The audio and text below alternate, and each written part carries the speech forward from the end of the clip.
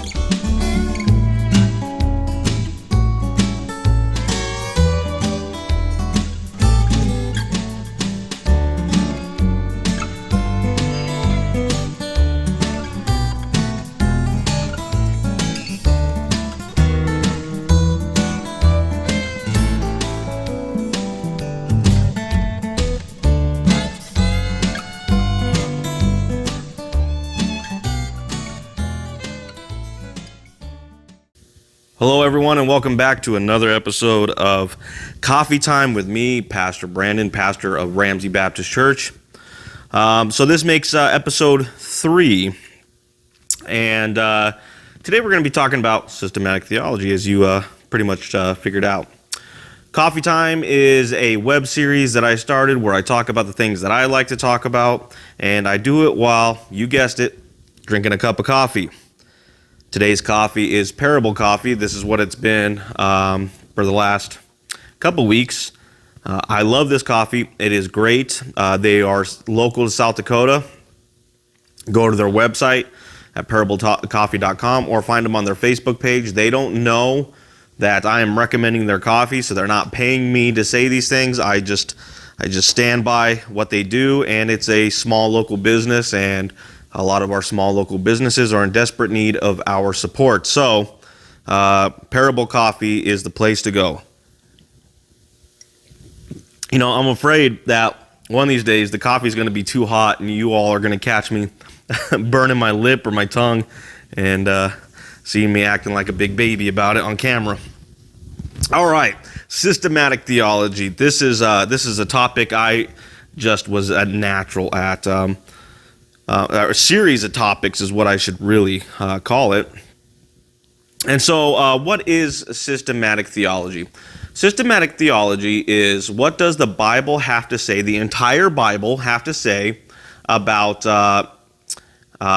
any given specific topic.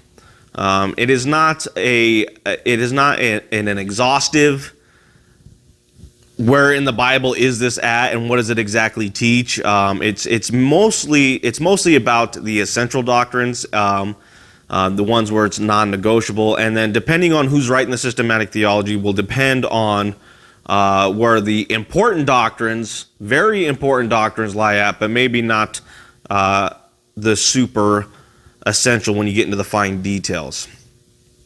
And by that I mean by like, an essential doctrine is baptism, but it is not critical for us to hate each other over different baptism views. Now, we are separated in a way because of that.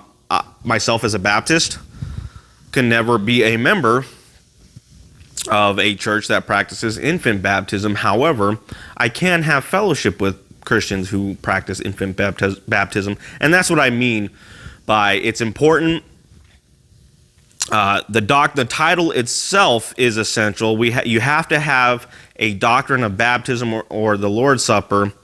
How you differ on that does not mean it's going to be one of those. It's not going to be one of those things that we should be against each other on, depending on where they take it.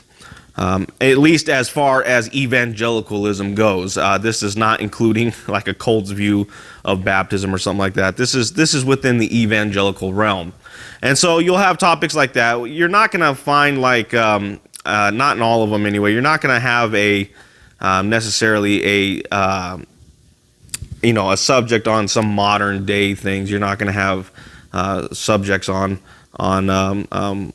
what to do in a financial crisis or something like that. It's going to be the core doctrines of the Bible. And so that's systematic theology. What does the entire Bible have to say about a given topic? And topics include things like who is God, and that I'm using that broadly. A lot of these systematic theology books will have the topic of God as one section, and then have multiple chapters within that to help organize and break that down. So it might be who is God, and then it goes into maybe his attributes, and then maybe it goes into him as creator. It just all depends on the systematic theology book that you are looking at.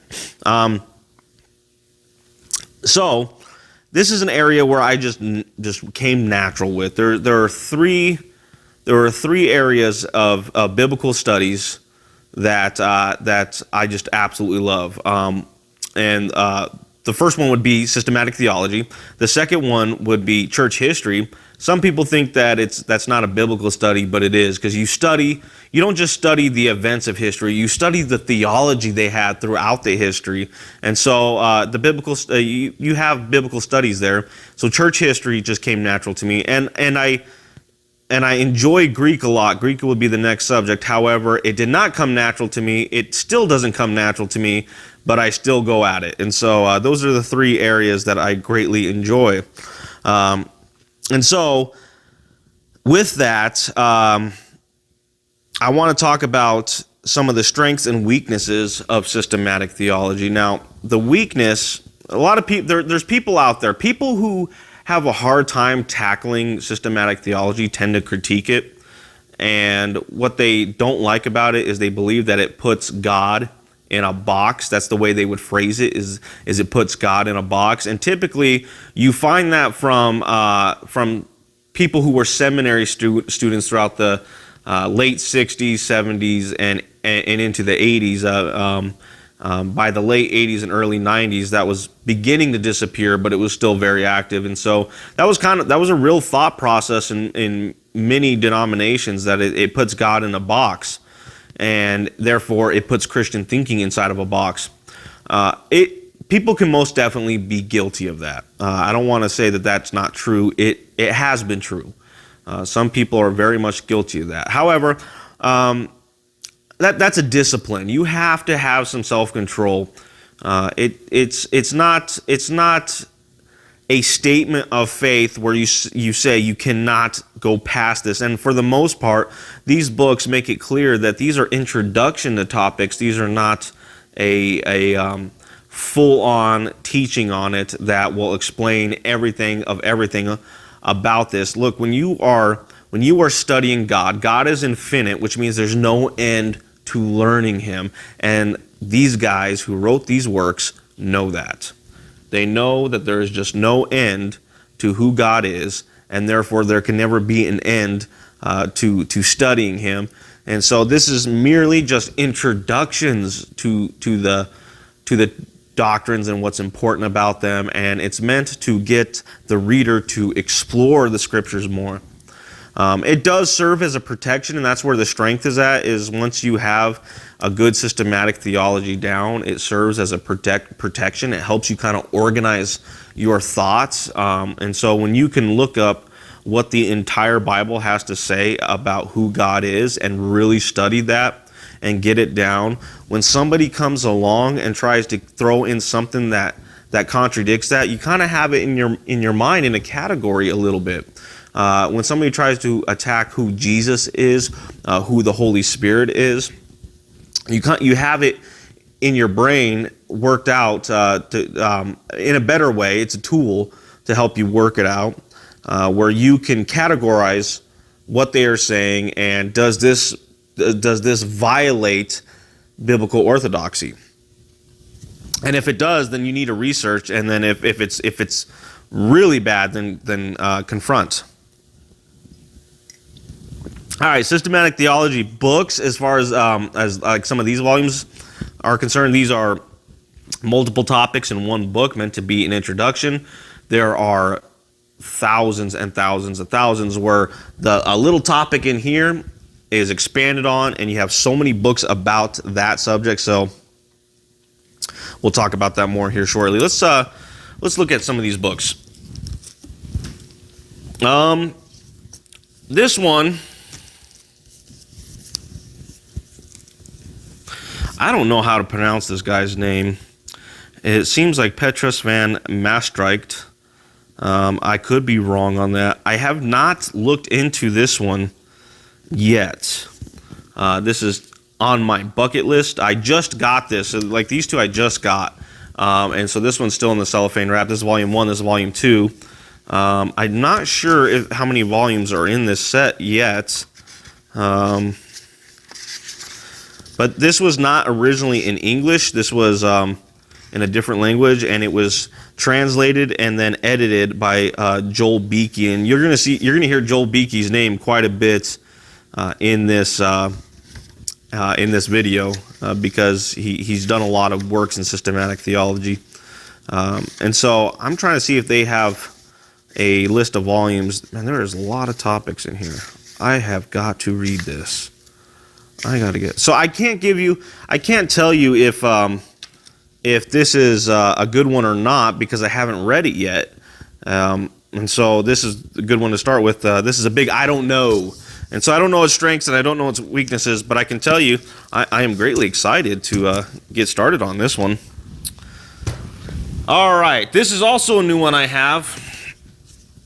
The Christian's Reasonable Service by Wilhelmus Brockel, I think is how you pronounce his name. He was a Dutch theologian. Again, this is translated into English and edited by Joel Beakey. This is relatively new, but I've been able to poke through this, and I am blown away by how much I love this set so far.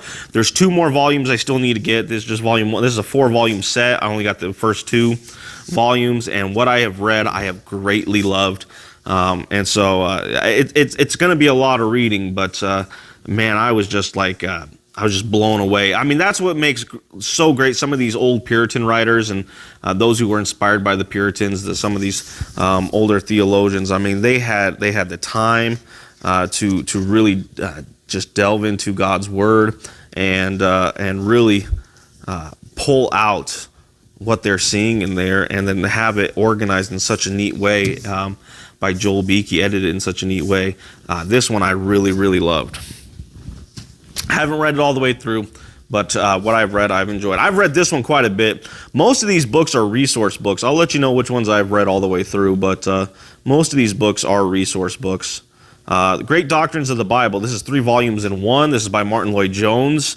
I enjoy Martin Lloyd-Jones quite a bit because when you read him, it doesn't feel like you're being lectured by a professor or anything. It feels like you're being preached to a lot of times. Now he does have a mind that is up there, and so there are areas that may be a little difficult, but it feels like you're being preached to and not lectured to, and that's why I've always enjoyed Martin Lloyd-Jones. I'm trying not to slurp because I know that's really annoying on the microphone. Anyway. And so I do recommend this one. This one's neat to read. It's not so complex. The print is pretty good. It's published by Crossway. Crossway is a good publisher. And so this thing's kind of been beat up a bit, but I have read most of this, and I enjoy it.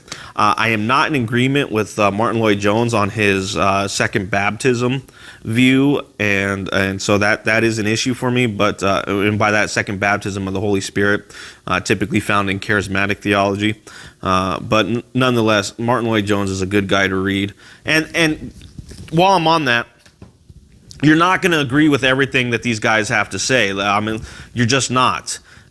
There's going to be a lot of areas where you don't agree with them, and they may even frustrate you at times, but it's still worth your time. And here is a guarantee that any one of these books I have right here on this table are well worth your time, more than any other book you will find at the Christian store in South Dakota. And I'm dead serious on that. These are well worth your time, and you will get more fruit out of these things than any book that's there. And that's a sad statement. That's not a positive statement. I wish more Christian stores sold the good stuff, the stuff that pastors need in their library, rather than the fluffy stuff that sells to anybody. The stuff where it looks the same as the self-help section at Barnes & Noble. All right, next one in line. The Body of Doctrinal and Practical Divinity by John Gill. This was written in 1767 to 1770. John Gill was an early Baptist.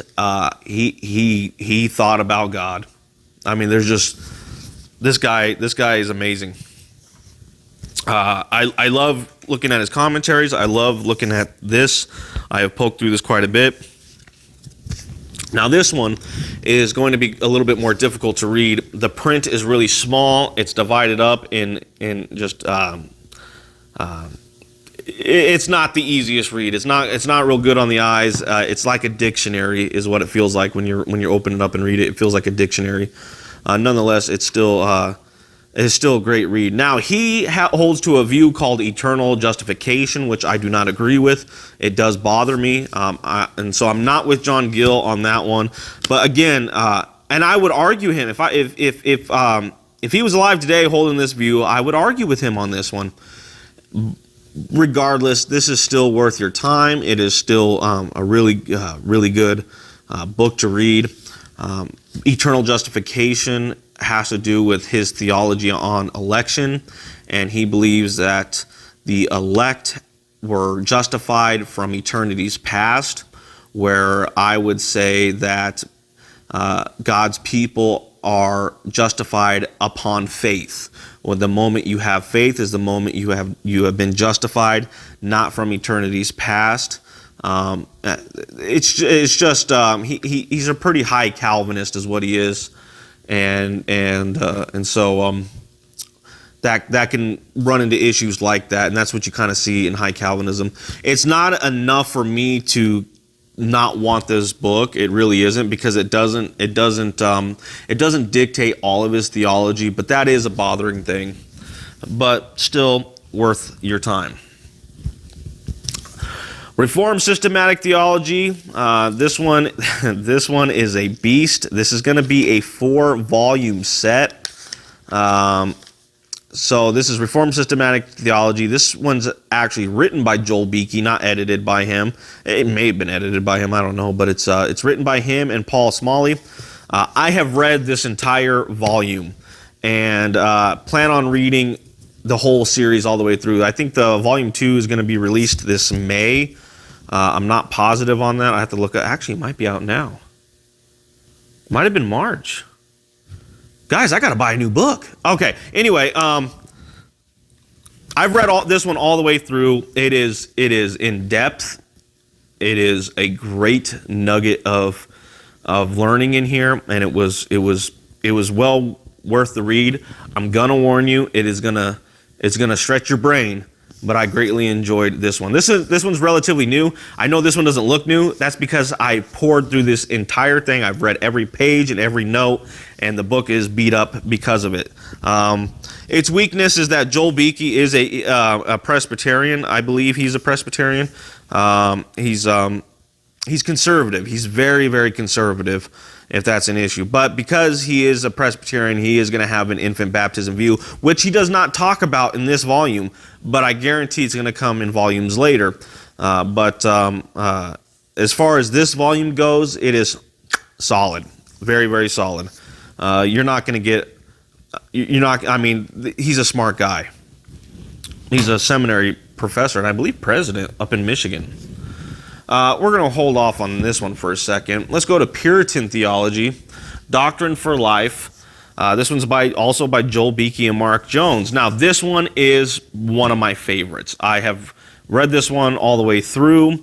I have marked it in many places. I've lost the dust cover. It actually got destroyed because I kept opening it. And this is one I recommended in one of our sermons not too far back, and it was on sale. I don't know if it still is, but it was on sale in Amazon format and Kindle for $7.99. I think I paid $60 for this book. So if you guys were able to get electronic edition for real cheap, then go for it. What I love about this one is that Joel Beeke and Mark Jones, they took the writings of the Puritans and built a summary of systematic theology based on the Puritans. It's not just a systematic theology book, it's a history book as well. Just about all systematic theology books are going to incorporate history, which kind of makes it exciting. But this one has the intent of being both a historical study and a theological study. So this is right up my alley. This you will read about infant baptism. That would be one of those issues that I would disagree with. But it's one that helps me learn their position better, and also helps me debate it better too as well. This one is one of my favorites. A lot of the ones with Joel Beeke are published by Reformation Heritage Books, which is his publishing company, and that's the store that they own too. They got that store over in Michigan, and so they're an actual bookstore, but they have their online store as well. All right, these we'll talk about later. This 2-volume set. This is kind of the beginning of it all. It's not the first, but it's the first of its kind, really. The first of that were in its likeness. There have been other writers who have done a type of systematic theology, but I think this one has kind of paved the way after that. This is The Institutes of the Christian Religion by John Calvin. In this, it's 2 volumes, but in actuality, originally it was written in 4 volumes. There was book 1, book 2, book 3, and book 4. And they combined the 4 volumes into 2. Some of them combined all 4 into 1. And I think I have one of those in my study as well. Now, John Calvin is one of those theologians that you either love them or you hate them. And the things that people hate about them, they hear from other people who hate about him, and are probably not very fair. And there's people out there who really love him, where they almost treat him with more reverence than they do Jesus, which is bothering, but there are people out there like that. John Calvin openly stated, if you want to know what I believe, all you have to do is look to the Institutes. This is where he stands, right here. And it's nice that somebody from the past made a statement like that, because we can say this is where John Calvin thinks about these things. Whereas some of his commentaries, some people may have been confused by what he meant by certain things and may have falsely accused him of a lot of things. When people think John Calvin, they think hyper-Calvinism, and that wasn't true. John Calvin did not invent Calvinism, but history gave it that doctrine a name after him. That doctrine has been around since the New Testament, and we have early church father writings speaking about it, but and it just history gave it to Calvin. There was authors that spoke about things like predestination way more than John Calvin did, but John Calvin debated people about it, and so history gave him the title. Now, there's a lot in here I would argue with against John Calvin, but he was a very, very smart man, and it's hard to get over his intelligence. It's really hard to get over that, because you think about this and read his writings, and you're just like, this guy is on another level. He was trained in law, like Martin Luther was. He was trained in law, and so he was a very educated man before he got deep into theology. And then he got into, I believe he was going to be a priest, and then was converted, was saved, and went into Protestantism, and he didn't really have an interest in preaching. He wanted to teach, and he wanted to kind of go away and study and do some writings, but he wound up becoming a preacher, and a very good preacher from what history tells us as well. And so, but there's a lot of things I would argue with John Calvin on. I'm not careful, you're on holy ground type of guy when talking about him. I think if he was around today, there's a lot of things he would dislike about me. If I went back in time to his day, honestly, and a lot of people are going to think this is weird, he might have me killed. So again, a lot of people think that might be weird. It's different time, and back in that day and during that time, blasphemy was the same as treason, and it was a crime punishable by death, and that's the culture. I ain't mad at him for being born in that time. I mean, that was outside of his control, and it's outside of mine. But there's a lot of things in our culture, in our churches, that he would really dislike, and he would think is bizarre. So it's worth your time. It's one of these books it's one of these collections of books that should be on every pastor's shelf. They really need to. This is a mind that a pastor should emulate when it comes to studying. And that's why it's really important for pastors to read. They need to have more of a mind like his mind. Now, his commentary on Psalms is probably one of the best commentary on the Psalms that have ever been published. And a lot of that had to do with how theologically rich his mind was. So while this series is kind of dry to read, it really is. When you see it in work as far as application, you won't really see it in here, but in his other writings and some of his written down, what we know of his preaching, it really shines through there. So it's something for pastors to really study. Reformed Dogmatics by Gerhardus Voss. This is a 6-volume set. Sorry, 5. I thought there was 6. I think I'm missing one. Maybe I'm not. Maybe it is 5 volumes. I thought it was 6. Pretty sure it's 6, but I don't know. Maybe not. I have poked through this one and I've greatly enjoyed it. This one is one I plan on digging through in more detail. What makes it nice is I can just kind of take it one book at a time and kind of read at my leisure. It's not going to feel like I get through half a book and I haven't accomplished anything. I can knock out one and feel like I've actually accomplished something, and then when I get time, I can go after the next one. And so this again was not written in English, but translated. Was not translated by Joel Beakey. He's not the one who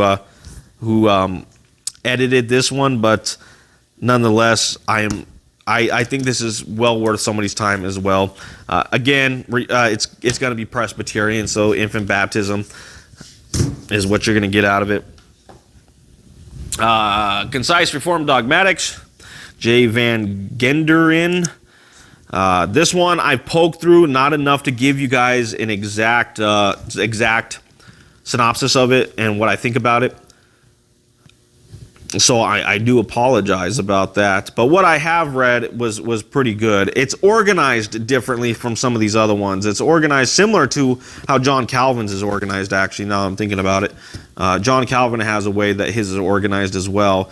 They were typically chapter and verse type of people. It was the Reformation that started chapters and verses in the Bible. So they took their culture and what they did to teach in books and in law, where you went to a chapter and a verse, so it gave you an address on where to read, and they applied that to the scriptures. And so that's what this has. It has kind of chapters and verses, so it can help. If it helps, it's chapters and subsections. And some of these other books have them, but just in a different way. It's not going to be. Let's look at this. Hold on. It's not going to be 19.1 or 19.2, and that's typically how this is organized, and that is too. So, and by that I mean Calvin's Institutes. Systematic Theology by Wayne Grudem. Wayne Grudem is a Baptist. This is probably the most popular systematic theology book right now in the market. This is what was assigned to me in seminary. This was actually my seminary text, so it's been through a lot. I've read this one all the way through, and it's nicely organized. It is probably one of my favorite organized ones. It has questions for personal application at the end. So does Joel Beake's Reformed Systematic Theology, and so it's meant to be a little. It's meant to take you deeper too, because you get a bibliography at the end of each chapter, tells you which books to go and look at, and organized by sections, and really I should have took advantage of that more. I really should have his bibliography, and so I may go back and read this one just to kind of take advantage of that. And that's where you're going to find a lot of your strengths at too, is always going to the bibliography and finding out who they are reading from about this. I disagree with his charismatic view, and I felt like he was not very fair on that. I felt like he didn't even really want to answer it like it was a no-brainer. And typically with systematic theology, when it comes to certain subjects, you're gonna talk about different critiques and different positions and why you don't hold to certain positions. And he didn't really tend to do that when it came to charismatic gifts. And so it was kind of disappointing that he dropped the ball in that area. But it's still worth your time, and I may go back and reread this one and build my library even further. Biblical Doctrine by John MacArthur. Again, this is another Baptist one. If you guys know John MacArthur and Richard Mayhew. Richard Mayhew is he was a theology professor at the Master Seminary, which is the seminary that John MacArthur was president of. I don't think he is anymore. I think he kind of handed that over. But this is going to come from a Baptist perspective. This is dispensational as well. This is heavy in dispensationalism. None of these other ones are dispensational, but this one is. And I'm not a dispensationalist, but I do love John MacArthur, and I gotta say, if you're gonna learn dispensationalism from anybody, it better be him. And he, what makes him different from the others is he doesn't ignore the covenants, and I think that's what separates him. So, according to John MacArthur, if other dispensationalists were accusing him of something, they would accuse him of being a leaky dispensationalist at best. But this guy is way smarter than the rest of them, and so this one I've greatly enjoyed. I love the way it's organized. It's big. The paper's nice and white, and the print is big. The book is just flat big. It really is. I have not read it all the way through, and but the organization is good. I'm actually wanting to see if he does the same thing at the end of the chapters as Wayne Grudem did. I'm still in one chapter. Okay, come on. It's on the atonement. Oh, I should really read this chapter. I always go back and reread these, especially when it comes to the atonement. I'm curious on what they have to say about the atonement. The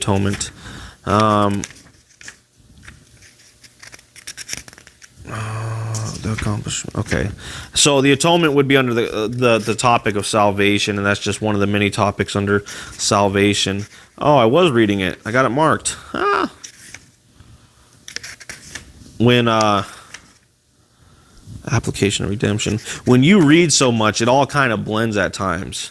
Ordo Salutis, the order of salvation, and you're going to see that typically in the binding's tearing. If you guys were wondering why I was looking like that, this book is getting ready to separate from the back because I've held it open so much like this, and so I heard something. I didn't know what it was, and it's this ripping open.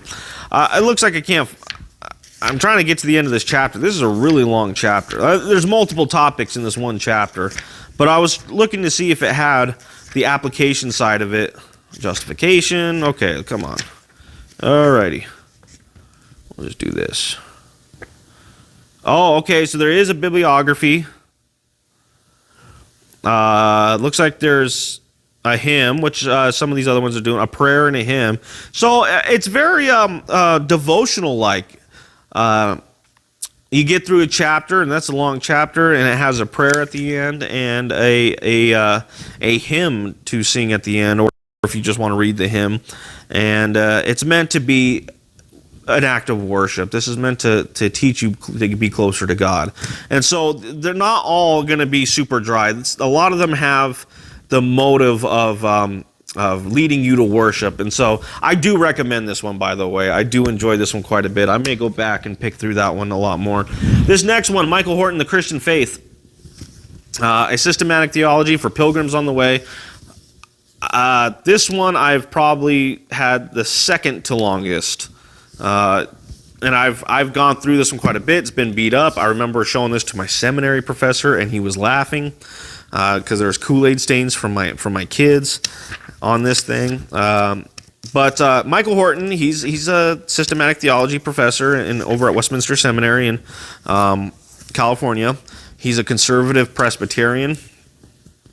So you're gonna run into your infant baptism as we are seeing, but he is one of my favorites to read. He really is. He's so smart. He's so good at philosophy. He's so good at history that when I read him, I have a hard time putting him down. And he has some great works out there. Now, the reason why I bought this one is because before I bought this one, I bought this one, Pilgrim Theology. Core Doctrines for Christian Disciplines. Oh, sorry, I read that way wrong. Core Doctrines for Christian Disciples. By Michael Horton. And this is a smaller version of this.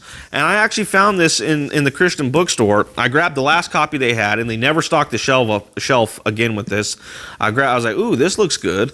And it was my first time reading systematic theology. And I opened it up, and this is nicely organized as well, too. Very similar to this one. And I was reading this, and I was like, they make books like this? I'm learning so much. The first chapter took me so long to get through because there was just so much I was learning for the first time. I didn't know that this was what Christian books were about. And so when Mike Horton released this, I got it, and then I found out that it was just a smaller version of this. And so when I got through this, I said, well, I have to have the bigger version. Honestly, I couldn't tell you. It's just expanded on thought. I couldn't tell you anything. This is enough. This really is enough. But if you want to go deeper, you can with this. But I couldn't. It's not like there was something more revealed, I guess you could say. It wasn't like I learned a lot more. It's just the point was drawn in a lot better. And so, yeah. Sorry about that, folks. It's ministry and people pop up. So you didn't know I had to leave for very long, but I did have to leave for very long. And I'm not sponsored by anybody, so I don't get to go to any commercial breaks. And yep, that's cold. So anyway, bottom line, Michael Horton's really good. Now, as I stated earlier, a lot of times people focus on one topic, and they'll publish specific books on that one topic. So learning systematic theology, the systematic theology books are great resources, but they're not the end of the line of the resources. They expand. And so that little area that's going to cover the atonement, here's a book on the atonement that is just as thick as Michael Horton's Pilgrim Theology. Actually, it's thicker. It is a bit, yeah, it's thicker. There's probably more pages in this. Okay. Oh yeah, at least a couple hundred more. And so that's just one topic. Look at this. Michael Horton gave an endorsement for this book. And so this happens a lot. And this is not the only book on the atonement. There are lots of books on the atonement. And so that would be one of those subjects that are considered a part of systematic theology. This is what the approach they're going. They're just focusing on one subject. This goes historical, then it goes into biblical, and then it gives kind of theological, and then it even kind of gives a little pastoral perspective on that one. But another one would be like delighting in the Trinity. Not as big. There's big volumes on the Trinity, but this is what I mean by you can buy smaller volumes that expand on certain topics. This one we've talked about before, the sovereignty of God. This is one where you have this whole book dedicated to the sovereignty of God. And so you have systematic theology books like that. So that's systematic theology in a nutshell. It's a great topic to talk about, and once you learn it, it's very nice to find other people who have learned it and can talk about it with you. It is a very stimulating conversation to have. Those of you who study a subject very well in biblical studies and find somebody else who studied that subject very well, and you have a conversation about that, it's a conversation you greatly enjoy. And so when you find other people who have a systematic theology background in their mind of some sort, it's a hobby or something, or a pastor themselves, you wind up having very stimulating conversations that you greatly enjoy. And so there's a lot of fruit in this. It comes with work, though. You have to learn a lot of new words. Believe me, when I first started with this book, there was a lot I could not understand. And I bought this long before seminary, this Michael Horton one. And actually, I bought this one long before this Michael Horton one long before seminary as well. But there's a lot a lot of stuff you learn through it, and you pick it up, and these were great resources to have. They really, really are great resources to have. And so if you really love theology and want to get to know who God is and kind of see the layout and use this as a study tool, this is going to take up your time. It really will. But it's time well invested. And so that's systematic theology. Next episode, we're going to talk about Bible translations. And so, hey everybody, it's been fun. It's been great, and I hope you guys are enjoying these videos. Hey, if there's a topic you're interested on me discussing, why don't you go ahead and send us a message through our Facebook page, or through our email, or even send us a message on the YouTube channel, and maybe we can discuss those subjects. And so if you're interested in hearing about something, learning about something, talking about something, give me a shout out. If you're interested in coming on camera and having a cup of coffee with me to talk some of these subjects out, give me a shout out. All right, guys, I hope you all are staying safe. I hope you all are using your time wisely. If you're forced to be at home, being quarantined in any way, I hope you're using the time wisely to really challenge your mind. I'll just leave it at that for another time. About challenging the mind. All right, guys. Hey, take care. God bless. Have a wonderful week, and I hope this was an enjoyment for you.